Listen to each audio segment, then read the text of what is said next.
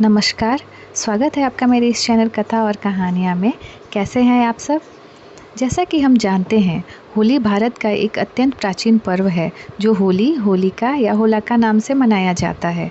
बसंत की ऋतु में हर्षोल्लास के साथ मनाए जाने के कारण इसे बसंत उत्सव भी कहा गया है। इतिहासकारों का मानना है कि आर्यों ने भी इस पर्व का प्रचलन था, लेकिन अधिकतर यह पूर्वी भारत में मनाया जाता है। तो आज की जो मेरी कथा है वह होली और होलिका दहन से जुड़ी हुई है। तो चलिए हम बिना समय व्यर्थ किए इस कथा को शुरू करते हैं।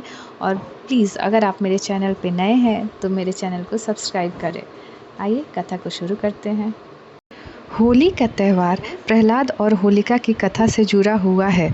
विष्णु पुराण की कथा के अनुसार प्रहलाद के पिता असुरराज हिरण्यकश्यपु ने तपस्या कर देवताओं से यह वरदान प्राप्त कर लिया था कि वह ना तो पृथ्वी पर मरेगा, ना आकाश में, ना दिन में मरेगा, ना रात में, ना घर में मरेगा, ना बाहर, ना अस्त्र से मरेगा, ना शस्त्र से, ना मानव से मरेगा, ना पशु से।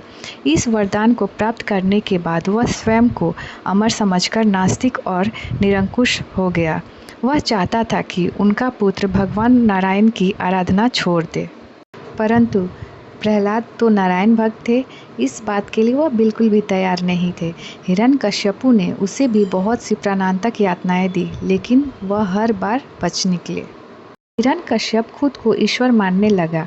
उसने अपने राज्य में भी आदेश सुना दिया कि भगवान की बजाय उसी का पूजन किया जाए।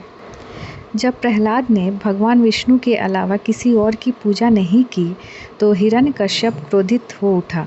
उसने अपनी बहन होलिका को आदेश दिया कि वह प्रहलाद को गोद में लेकर अग्नि में बैठ जाए। होलिका को यह वरदान था कि उसे अग्नि नुकसान नहीं पहुंचा सकती।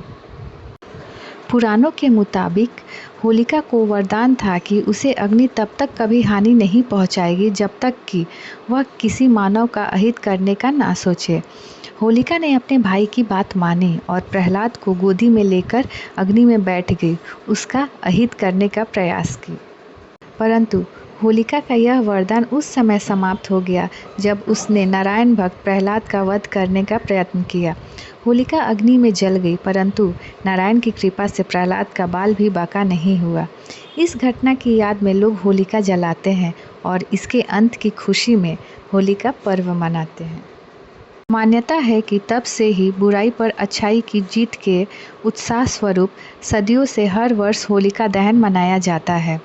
होलिका दहन की कथा पाप पर धर्म की विजय का प्रतीक है।